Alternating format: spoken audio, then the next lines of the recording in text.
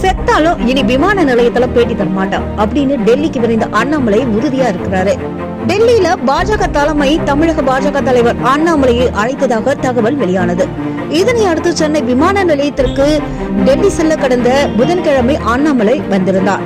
அப்போது டெல்லி பயணம் குறித்து கேள்வி எழுப்பிய செய்தியாளர்கள் மத்தியில் தாம் உயிருடன் இருக்கும் வரை விமான நிலையத்தில் பேட்டி அளிக்க மாட்டேன் என்று தெரிவித்தார்.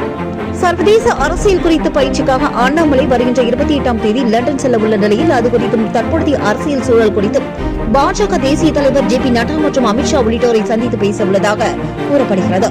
இதேபோல் கடந்த மாதம் அண்ணாமலை விமான நிலையத்தில் செய்தியாளர்களை சந்திக்க மாட்டேன் என்று கூறியது குறிப்பிடத்தக்கது. வீடியோ பிடிச்சிருந்தா லைக் பண்ணுங்க, ஷேர் பண்ணுங்க, மறக்காம தமிழ் நியூஸ் வாய்ஸ் சேனலை சப்ஸ்கிரைப் பண்ணுங்க. தேங்க்ஸ் ஃபார் வாட்சிங்.